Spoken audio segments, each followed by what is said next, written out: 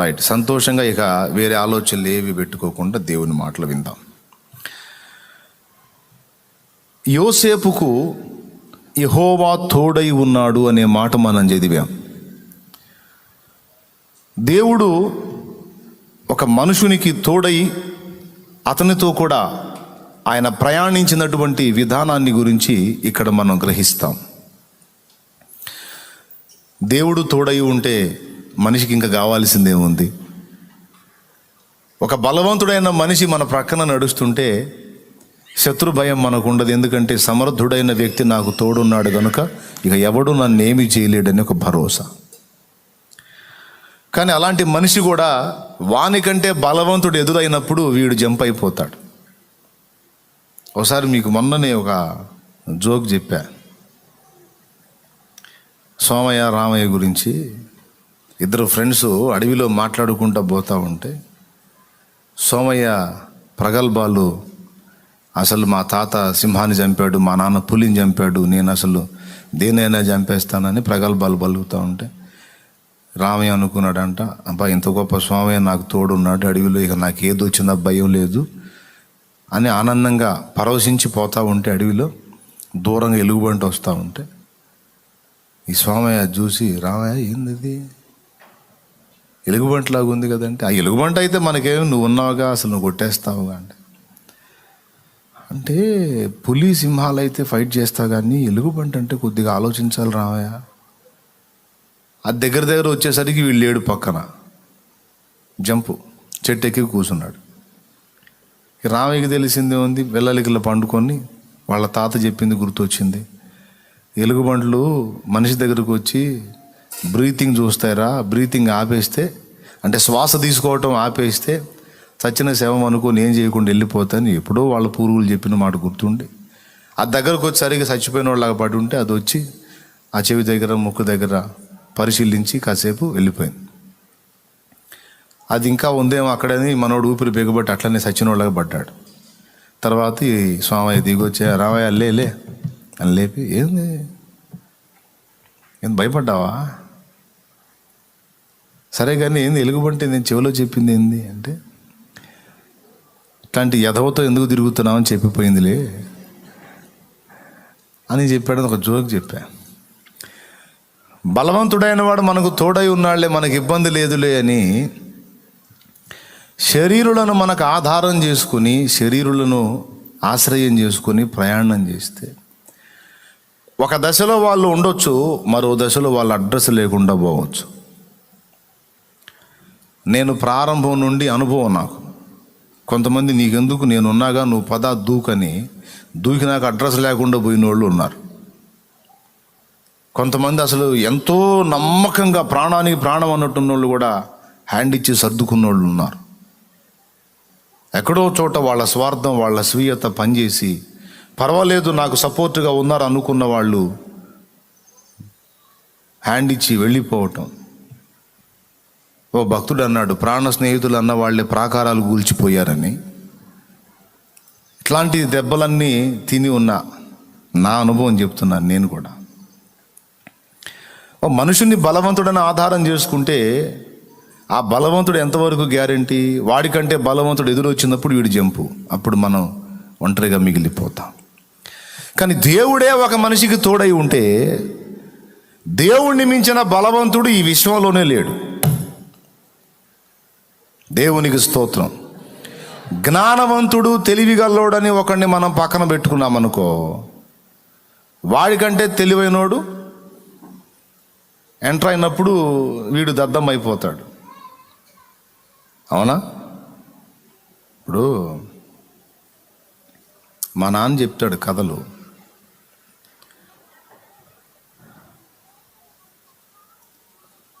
పెళ్లి చూపులు జరుగుతున్నాయంట. వెనకటి రోజుల్లో ఇట్లాంటివి ఉండేవి. అబ్బాయి అమ్మాయి పట్టుత్వం పంతనాల గురించి మాట్లాడుకుంటున్నారు. ఇప్పుడు ఉద్యోగం ఉందా, ఏం వ్యాపారం చేస్తాడు, పొలం ఉంటే ఎంత ఉంది అని అడుగుతారుగా పిల్లనివ్వాలంటే. అప్పట్లో వాడి పంతనానికి పిల్లనిచ్చేవాళ్ళు, వాడి పంతనం చూపించాల. అందుకని వాళ్ళు చేతి విద్యలు ఏవో నేర్చుకునేవాళ్ళు. ఆ పనితనం చూపిస్తే అది చూసి ఆహా అద్భుతమైన పనోడు, అమ్మాయిని హాయిగా బతికిస్తాడు అని పిల్లనిచ్చేవాడు. చోట ఒక అమ్మాయిని చూసి మాట్లాడుకోవడానికి పోయారు. పోతే ఆ ఉన్న వాళ్ళందరిలోకి ఒకడు హైట్ తక్కువ అంట, ఎత్తు తక్కువ అంట, చాలా ఎత్తు తక్కువ. కానీ అతన్ని కూడా పెద్ద మనిషిగా తీసుకొని పోయారు. అన్నప్పుడల్లా మాట్లాడ్డా ఆయన, అంబుల పొదిలో బాణంలాగా అవసరమైనప్పుడే ఆయన దించుతారన్నమాట. సరే అక్కడికి వెళ్ళిన తర్వాత ఈ అబ్బాయి పనితనం లేదు, ఈ అబ్బాయి చూపించాడు. ఇక ఆ అమ్మాయి పనితనం లేదు, ఆ అమ్మాయి చూపించింది. ఇక మాట్లాడుకోవడానికి సిద్ధం అవుతుంటే వాళ్ళ పక్కనోడు ఒకడు, వాళ్ళు సపోర్ట్గా తెచ్చుకున్నాడు, వాడి తెలివిని చూపించడానికి అన్నీ బాగానే ఉన్నాయి కానీ మీ వాడి పనితనాలు ఇంకొకటి చేస్తే మా పిల్లని ఇస్తామన్నారు. ఏంటంటే ఇసుకతో మీ వాడిని తాడు బేనమను అన్నాడంట. ఇసుకతో తాడు తయారు చేయమను, అప్పుడు మా అమ్మాయిని ఇస్తామన్నారంట. అంటే ఎందుకు అన్నాడో వాడి తెలివిని చూపించుకోవడానికా, లేకపోతే వీళ్ళని ఇరకాటంలో పెట్టడానికి అన్నాడా, వ్యధవంలో చేయడానికి అన్నాడా, సంథింగ్. మొత్తానికి ఆ మాట అన్నాడు, ఇసుకతో తాడు తయారు చేయమని, అప్పుడు మా అమ్మాయిని ఇస్తామంటే. ఇన్ని మిగిలినవన్నీ చేయగలుగుతాడు కానీ ఇప్పుడు కొబ్బరి పీచుతో తాడు తయారు చేస్తారు, జనపనారతో తాడు తయారు చేస్తారు, ఇంకా వేరే వేరే వాటితో తాడు తయారు చేస్తారు. ఇసుకతో ఎట్ట తయారు చేస్తారు? అసలు ఎట్ట కుదిరిద్ది? వాళ్ళు అడగటం కాకపోతే. అంటే ఏంది, వాదనలో వీళ్ళని యధవంలో చేయడానికి వాడు వాడాడు ఆ పదం. ఇక వీళ్ళు నోళ్ళు మూసేశారు, ఇంక వీళ్ళకి మళ్ళీ డైలాగ్ లేదు. అప్పుడు మనోడి లైన్లో దించారు ఈ ఎత్తు తక్కువ మనిషిని. అట్లాంటప్పుడు ఉపయోగపడతాడు అనమాట. ఏంది చెప్పరేంది, మీ వాడిని ఇసుకతో తాడు బేనమను, మా అమ్మాయిని ఇస్తామన్నారు. అప్పుడు మనోళ్ళ లైన్లోకి వచ్చి, అది ఎంత పని నిమిషంలో చేయడు మావాడు, చేస్తాడులే కానీ మీ అమ్మాయికి ఒక పని జీవితం చేయమను, అప్పుడు మావాడు ఇది చేస్తాడు. ఏం చేయమంటారు? జల్లెడతో నీళ్లు మోయమను, జల్లెడతో నీళ్లు మోసి తొట్టి నింపమను, అప్పుడు మా వాడు తాడు బేనిస్తాడు ఇసుకుతో అన్నాడు. అయిపోయింది. ఇక జల్లెడతో నీళ్ళు ఏడ మోసిద్దామా? అసలు ఆమె మోసినప్పుడే తెలివితేటలు. మావాడు జ్ఞానవంతుడు అంటే వాడిని మించిన జ్ఞానవంతుడు ఎంటర్ అయినప్పుడు వాడు ఎదవైపోతాడు. కాబట్టి మనుషుడు జ్ఞానవంతుడని వాడిని తోడు చేసుకుందామా? వాడికంటే జ్ఞానవంతుడు వచ్చినప్పుడు వీడు వ్యర్థుడైపోతాడు. కానీ దేవుణ్ణి మించిన జ్ఞానవంతుడు లేడు. ఫస్ట్ చెప్పాను, దేవుణ్ణి మించిన బలవంతుడు విశ్వంలోనే. 2, దేవుణ్ణి మించిన జ్ఞానవంతుడు విశ్వంలోనే ఉన్నాడా? చాలా ప్రేమండి ఈయనకి నేనంటే, ఎంత లవ్వో అని బాగా ప్రేమిస్తాడండి నన్ను అని ప్రేమించేవాడని తోడు చేసుకున్నాం అనుకో, వాడు అంత బాగున్నంత వరకు ప్రేమిస్తాడు. తేడా వస్తే తోడు చేసుకున్నాడే పాడగడతాడు. డౌట్ లేదు. చాలామంది కట్టారు. ఆ మధ్య ఒక అమ్మాయి లవ్ మ్యారేజ్ గురించి తెలిసింది నాకు. 1 ఇయర్ వాడికి డౌట్ వచ్చింది. అమ్మాయిని ఒక టూర్కి అని తీసుకెళ్ళి, కొండల ప్రాంతాన్ని తీసుకెళ్ళి రాయి తీసుకుని తలవగలు కూడా చంపాడు. లవ్ ఎక్కువైంది వాడికి, డోస్ పెరిగింది.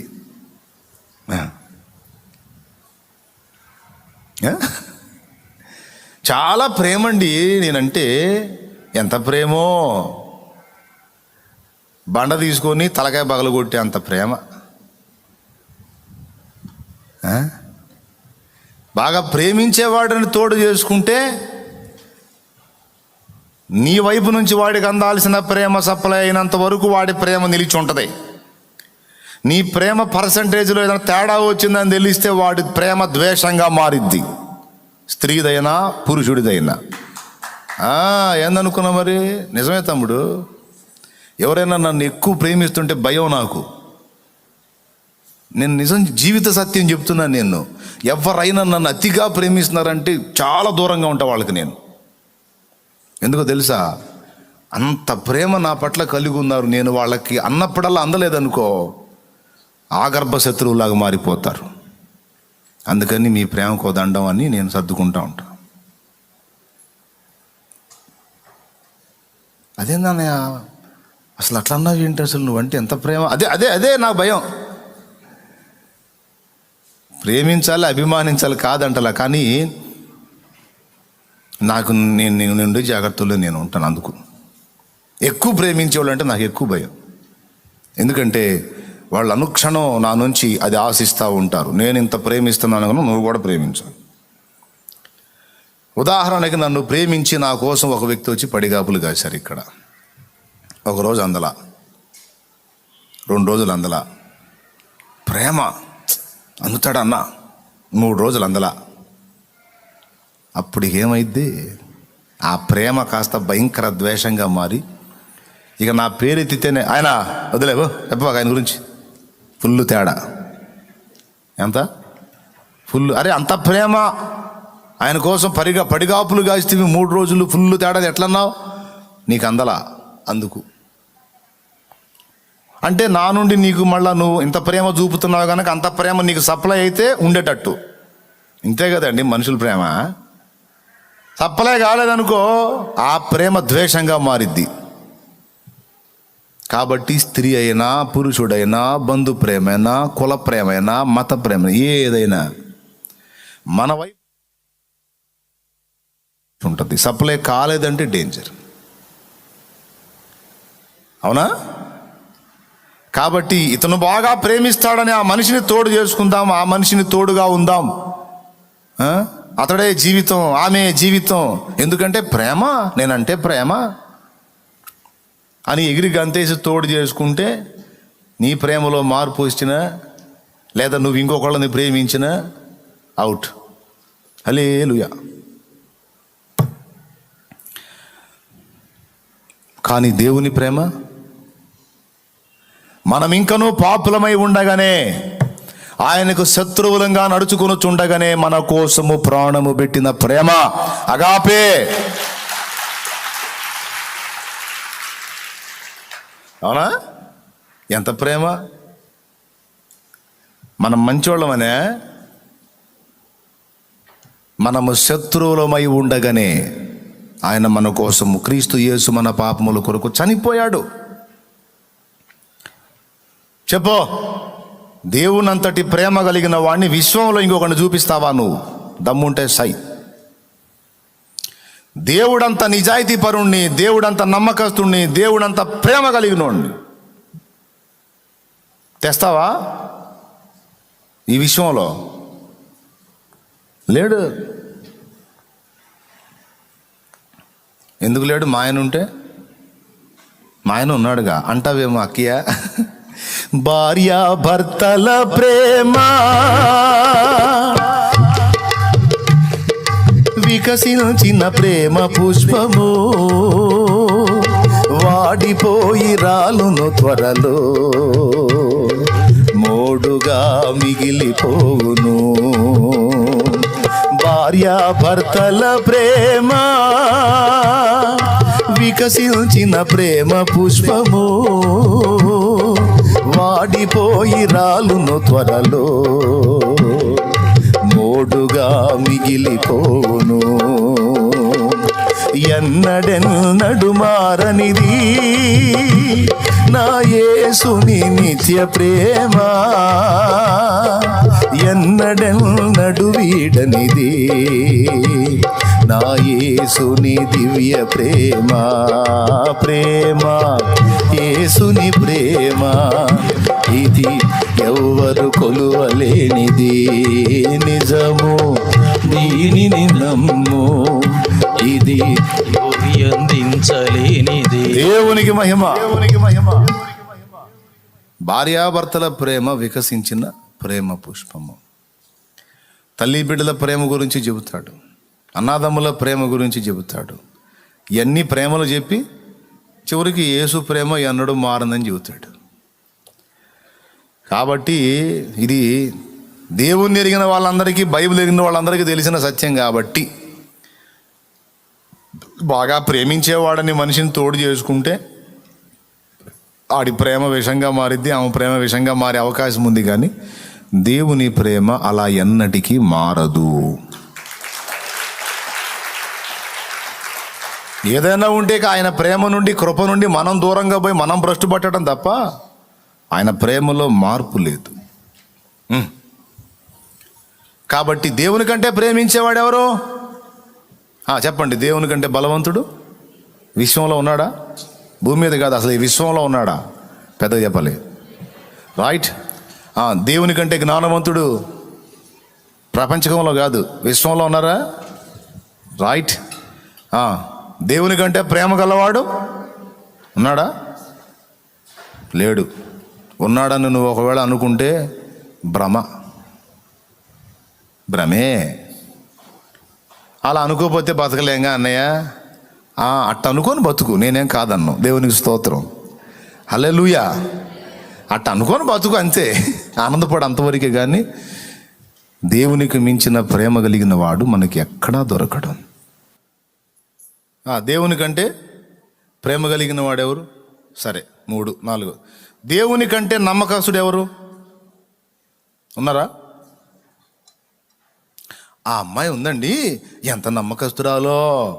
ఈ అబ్బాయి ఉన్నాడండి, ఎంత నమ్మకస్తుడో.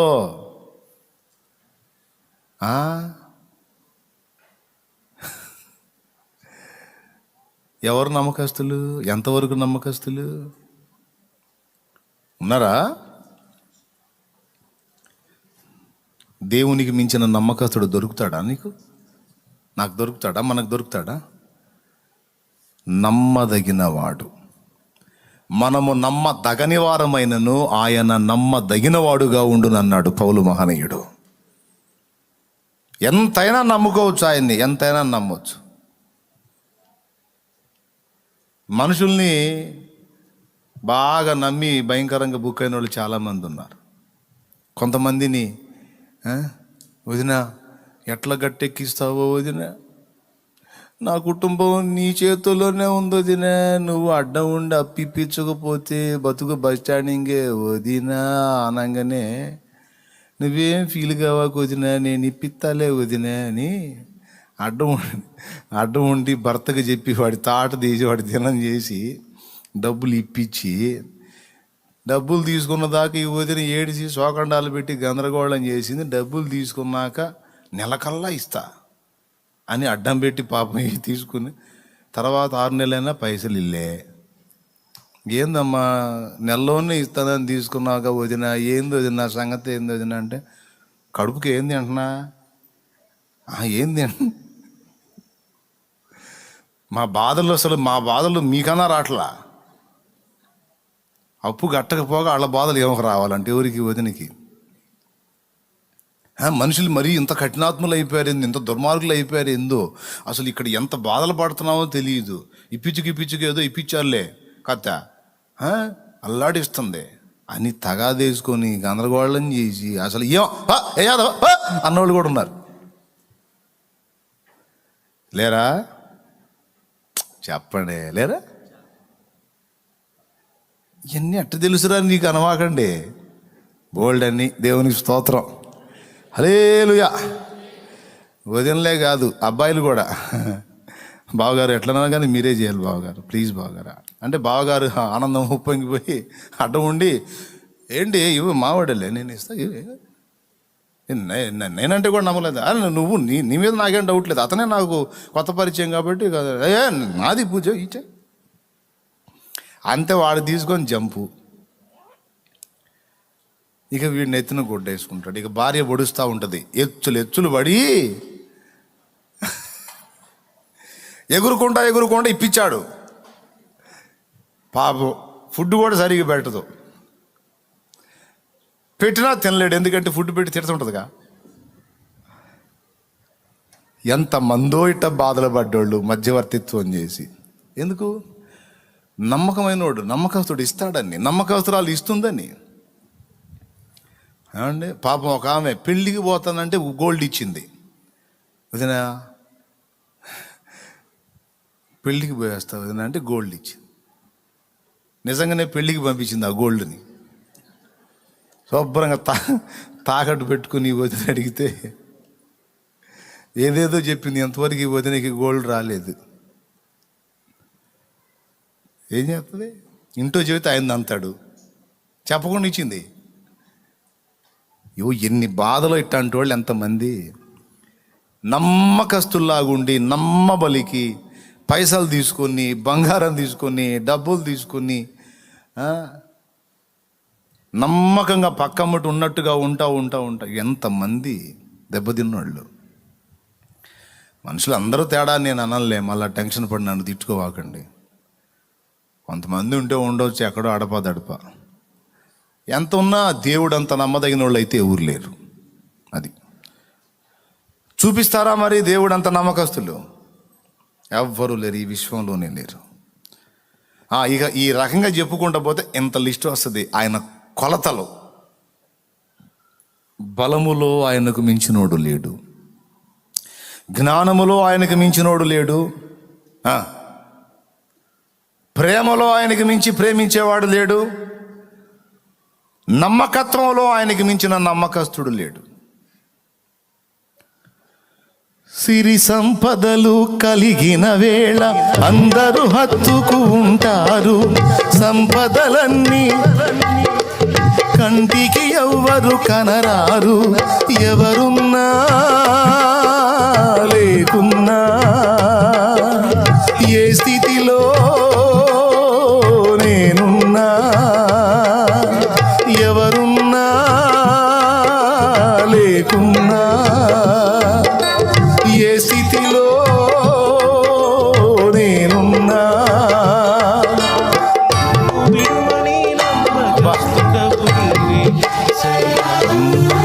నన్ను విడువని నమ్మకస్తుడవు నీవేసయ్యా. నీవు లేకపోతే నా బ్రతుకే లేదయ్యా. నా మనసే చేదయ్యా.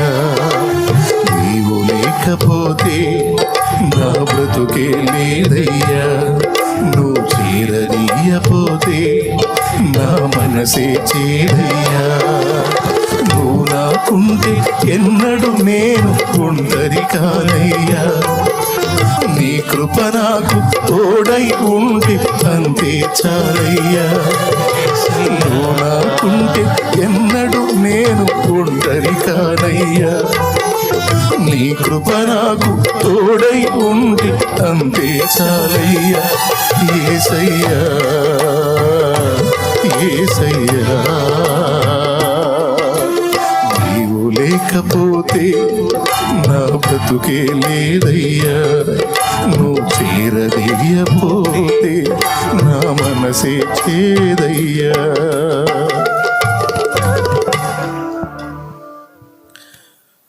పిల్లలు బాగా చూసుకుంటారని పెద్దోళ్ళు పాపం వాళ్ళ జీవితం అంతా దారిపోస్తారు. వయసు ఉడిగినాడు వాళ్ళు ఆదరిస్తారని. కానీ వాళ్ళకి రెక్కలు వస్తాయి, వీళ్ళకి రెక్కలు ఊడిపోతాయి. ఈ దశలో చాలామంది తల్లిదండ్రులకు గుండె కోత మిగులుద్ది. ఎందుకు తెలుసా? నమ్మకంగా తీసుకెళ్ళి ఏ వృద్ధాశ్రమాలకు అప్పచెబుతారు, లేదా అలాగే ముసలోళ్ళు వదిలిపెట్టి వెళ్ళిపోతారు. బతికితే బతకండి, సస్తే సావండి అని. చాలామంది తల్లిదండ్రులకు గుండె కోత పిల్లల్ని నమ్మి. అదే వాళ్ళు చేయగలిగే శక్తిలో ఉండి ఉపయోగపడే పరిస్థితుల్లో ఉంటే వాళ్ళని కూడా తీసుకెళ్తారు. ఎందుకంటే ఇంట్లో పని మనుషులు పని లేకుండా వెళ్ళి చేస్తారు ఏదో ఒకటి. అది చేసే పరిస్థితి లేకుండా మంచాన కంచాన పడి ఉన్నారనుకో, ఆ ముసలమ్మ తిరుగుతా ముసలోడు పడి ఉంటే వదిలేసి వెళ్ళిపోతారు. ఆ ముసలోడు పడిపోయి ముసలమ్మ తిరుగుతూ ఉంటే, లేదా ముసలమ్మ పడిపోయి ముసలోడు తిరుగుతూ ఉంటే ఎవరో ఒకరు చూసుకుంటూ వదిలేసి వెళ్ళిపోతారు. అసలు ఇద్దరు పడిపోయిన వాళ్ళు కూడా వదిలేశారండి. మొన్న చూశాను, నేను ఏడ్చాను. ఒక ఊర్లో ఇద్దరు, ఆయనకి 70 ఏళ్ళు, ఆయనకి 75 దాకా ఉన్నాయి, ఆమెకు 70 దాకా ఉన్నాయి. ఇద్దరు ముసలోళ్ళు. టీవీలో చూపించారు, చూడలేదా? పిల్లలు ఉన్నారు, చాలామంది పిల్లలు ఉన్నారు వాళ్ళకి.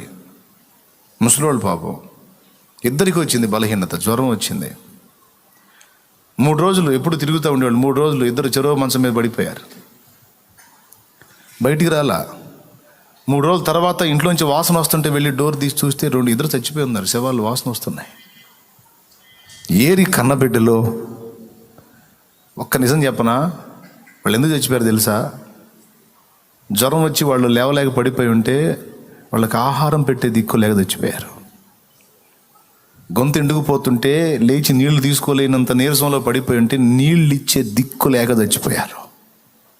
నిజమండి, నేను చెప్తున్నాను. 3 దినాలు అల్లాడి చచ్చిపోతారు. చచ్చిపోయిన తర్వాత 3 రోజులకి విషయం తెలిసి చూస్తే, ఆ స్మెల్ వచ్చిందాక తెలిసింది చూస్తే అట్లా అయిపోయినారు. పిల్లలే ప్రపంచంగా, పిల్లలే జీవితంగా, పిల్లలు బాగుంటే చాలు, నేనేమైపోయినా పర్వాలేదని అంకితం అయిపోయి అన్నీ చంపుకొని, ఆశలు చంపుకొని, నోటిని చంపుకొని, కోరికలు చంపుకొని, ఇచ్చలు చంపుకొని, నానా బాధలు పడి బిడ్డలకు రెక్కలు తెస్తారు పెద్దోళ్ళు. వీళ్ళు రెక్కలు వచ్చినాక ఎగిరిపోతారు. వాళ్ళకి దిక్కులేని బతుకులు అయిపోతాయి. ఎవరు నమ్మదగిన వాళ్ళు? ఎక్కడున్నారు? ఎంతవరకు ఉన్నారు? పనికి వస్తే వాడతారు, పనికి రాకపోతే అందరికీ బరువేగా. మరి పిల్లల మీద అంత నమ్మకం పెట్టుకున్నారుగా, వాళ్ళ నమ్మకం ఏమైంది? నేను అనుకుంటున్నాను వాళ్ళ మీద దేవుడే జాలి పడ్డట్టున్నాడు. మీకు ఎట్లాంటి దుర్మార్గులు ఎందుకు మిమ్మల్ని చూడర్లే, వచ్చేయండి అని. మరి వాళ్ళకి తల్లిదండ్రి అయినా, ఏది కన్న వాళ్ళకి ముసలాళ్ళు తల్లిదండ్రి అయినా, వాళ్ళని సృష్టించిన సృష్టికర్తగా కన్న పిల్లలు కదా. నా బిడ్డలారా మీరు అక్కడ ఆవేదన పడుతున్నారు, ఇంకొద్దులే వచ్చేయండి అని ఆయన తీసుకున్నట్టున్నాడు ఆయన బిడ్డలు ఆయన దగ్గరికి. కొంపతీసి మీలో ఎవరైనా అట్లాంటి వాళ్ళు ఉంటే జాగ్రత్త పడండి, దుర్మార్గం చేయవాకండి. ముసలాళ్ళకి శాపగ్రస్తులు అవుతారు. వాళ్ళు ఎట్టంటి వాళ్ళు అన్నా కానీ వాళ్ళు చేయాల్సింది మర్యాద చేయండి. వాళ్ళు ఉన్నంత వరకు. పండుటాకులు ఎప్పుడు రాలిపోతాయో తెలియదు. వాళ్ళు ఒకవేళ తృణీకరించినా, కోపడ్డా, విసిగించినా, ఈసడించుకున్నా నువ్వు దుర్మార్గం చేయొద్దు. వాళ్ళని ఆదరించావా దీవించబడతావు. దుర్మార్గం తలపెట్టావా అదే గతి నీకు వచ్చింది. గుర్తు. ఎవరైనా ఉంటే లైన్లో, ఈ లైవ్లో ఉన్నోళ్ళు కానీ, ఇక్కడ కూర్చున్న వాళ్ళు కానీ, ఎవరైనా జాగ్రత్త. ఆ తల్లిదండ్రి గుండె కోతగండి. అవునా కాదా? స్తోత్రం చెప్పండి. వృద్ధాశ్రమాలకు వెళ్ళి చూడండి.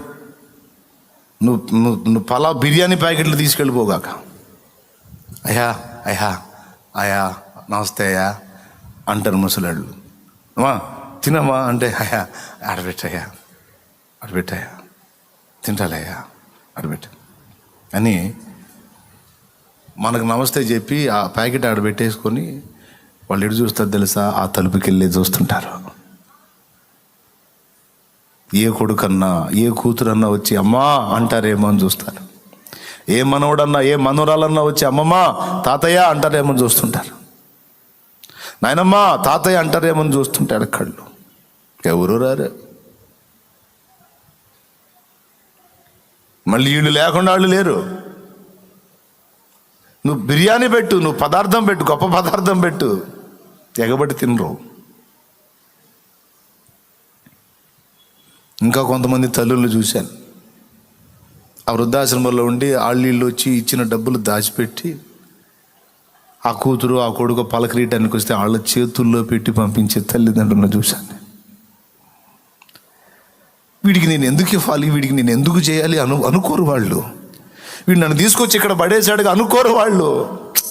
పోనీ తీసుకో, ఇది తీసుకొని పో అనేవాళ్ళు. నాకు తెలుసండి, దేవుని కృపను బట్టి లోకంలో చాలా విషయాలు చూశాను నేను.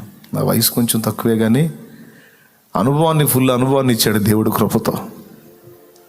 దేవునికి మహిమ కలుగును గాక. మీరు మీ తల్లిదండ్రులకు ఆ గతి పట్టనియొద్దమ్మా. మీ అమ్మ నాన్నలకు ఆ గతి పట్టనియొద్దు. వాళ్ళ నమ్మకాన్ని నాశనం చేయొద్దు, వాళ్ళ నమ్మకాన్ని వంచన చేయొద్దు, వాళ్ళ నమ్మకాన్ని వమ్ము చేయొద్దు. వాళ్ళకి జరిగించే న్యాయం వాళ్ళకి జరిగించు. దేవుడు వద్దు అని నిన్ను నెట్టేస్తే నువ్వు దూరాన్ని ఉండైనా సరే వాళ్ళకి చేయాల్సిన సహాయం వాళ్ళకి పంపించు. వాళ్ళు నిన్ను ముఖం మీద తిడతా ఉంటే కనీసం మరుగు నుండైనా వేరే వాళ్ళ ద్వారైనా సరే వాళ్ళకి ఏ తక్కువ కాకుండా చూడు. నువ్వు బిడ్డగా నీ మీద వాళ్ళు పెట్టుకున్న నమ్మకానికి న్యాయం చేయి, అంతే. చాలామందికి న్యాయం జరగట్లా. ఈ విషయంలో కనీసం చింత కూడా ఉండదు వాళ్ళకి. మీ నాన్న సంగతి ఏంది అని అడిగితే వాడు మామూలుడు కాదంటాడు. మీ అమ్మ సంగతి ఏంది? మా అమ్మ అది పెద్ద దుర్మార్గురాలు. దాంతో ఎందుకులే అన్న వాళ్ళు కూడా అలాంటి మాటలు కూడా విన్నాను నేను. మీ అందరికీ ప్రేమతో చెప్తున్నాను, అట్లా ఎప్పుడు ఎవరు చేయకండి, జాగ్రత్త. మంచిది కాదు అది. కానీ ఫ్లోలో వచ్చింది, అందుకే చెప్పాను. కానీ కన్నబిడ్డల దగ్గర కూడా నమ్మకత్వం లేదు. కానీ కన్నబిడ్డల కన్నా కూడా, కట్టుకున్న వారి కన్నా కూడా ఆయన నమ్మదగినవాడు.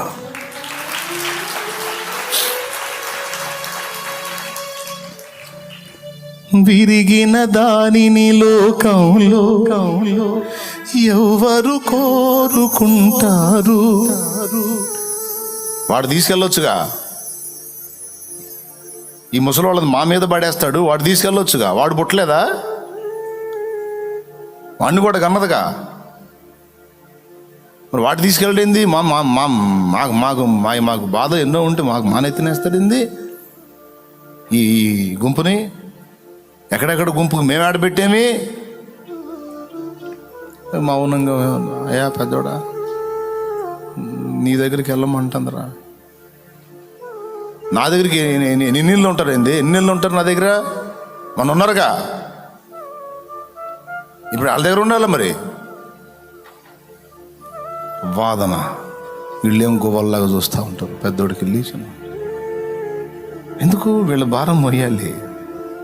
ఈ విరిగిపోయిన వస్తువులు వాడకానికి పనికిరావు. విరిగిన దానిని లోకంలో ఎవరు కోరుకుంటారు? విరిగిన మనసును వాడుకునే. నేను చెప్తున్నాను, ఈ పాట నాకు యేసయ్య ఇచ్చినప్పుడు నేను ఒక పెద్ద ఆయన దగ్గర కూర్చొని రాశాను, ఒక ముసలాయన దగ్గర కూర్చొని రాశాను. దేవుని కృపను బట్టి ఆయన నా దగ్గరే ఉన్నాడు. ఆ రోజు ఏదన్నా ఒక పాట దేవుడు ఇవ్వాలని ప్రార్థన చేసుకొని అన్ని ముందు పెట్టుకొని పాట తయారు చేయడానికి కూర్చుంటే ఎంత కుస్తీలు పడ్డా పాట రాలా. క్యాసెట్కి సమయం వస్తుంది, పాట చేయాలి. ఏసయ్యా పాటి అయ్యా 2 గంటలు కుస్తీ పడ్డా పాట రాలా. వాళ్ళు అక్కడే కూర్చొని తిప్పలు పడుతూ ఉందని నేను గదిలోంచి బయటకు వచ్చా కంజర తీసుకొని. ఈ పెద్ద ఆయన కనపడ్డాడు, ఆయన దగ్గర ఇంకొక చిన్నోడు కనపడ్డాడు. చిన్నోడికి నరాల బలహీనత, పెద్ద ఆయనకి ఇంకొక బలహీనత. ఇద్దరికి కుటుంబ సభ్యులు ఉన్నారు, కానీ ఇద్దరు వదిలేశారు, వచ్చి సన్నిధిలో ఉన్నారు. వాళ్ళ మధ్యలోకి వెళ్ళి కూర్చున్నా. వాళ్ళ ముఖాల్లో చూసి వాళ్ళలాగా నేను ఫీల్ అయ్యి, వాళ్ళ అనుభవాల్లోకి నేను వెళ్ళి పాడుకున్న పాట అది. దేవునికి స్తోత్రం కలుగును గాక. నిజంగా వాళ్ళ ప్లేస్లో నేను ఉంటే ఎలా నేను దేవుడిని వేడుకుంటాను. ఇప్పుడు దేవుడి సన్నిధి లేకపోతే వాళ్ళు ఎక్కడ బతుకుతారండి? దేవుడి సన్నిధి కూడా వాళ్ళకి ఆశ్రయం ఇచ్చి అంత అన్నం పెట్టి వాళ్ళని ఆదరించకపోతే వాళ్ళు ఎక్కడ బతుకుతారు? ఎక్కడో అనాథ శవాలు అయిపోతారు. అందుకే నీవు లేకపోతే నా బ్రతుకే లేదయ్యా, నువ్వు చేరదీయపోతే నా మనసే చేదయ్యా. నువ్వు నాకుంటే ఎన్నడు నేను ఒంటరి కానయ్యా.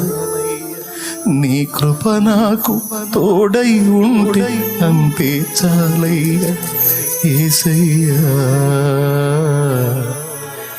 ఈ పాట బాగుందా పెద్ద అయ్యా? అద్భుతంగా ఉందా? ఏడ్చాడు ఆయన. అప్పుడు వచ్చినాయి సిరి సంపదలు. ఒకవేళ వాళ్ళకి అన్నీ ఉంటే అమ్మో అందరూ చుట్టేస్తారు. ఏమీ లేవు, ఎందుకు పనికిరారా, పడేసిపోయారు. సిరి సంపదలు కలిగిన వేళ అందరూ హత్తుకు ఉంటారు.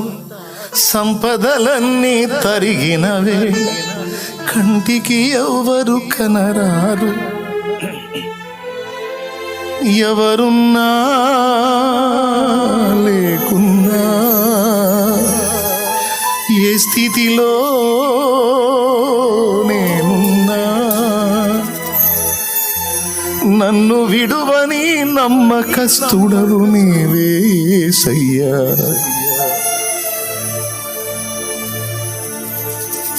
విరిగిన దానిని లోకంలో ఎవరు కోరుకుంటారు?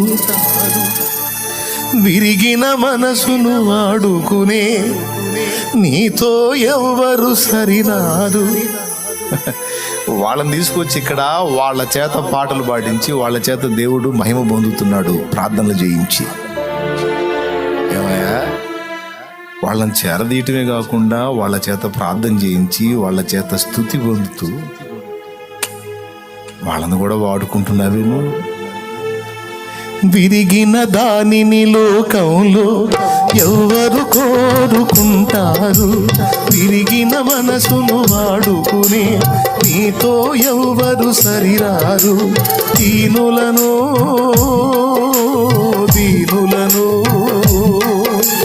జ్ఞానులుగా శ్రీమంతులుగా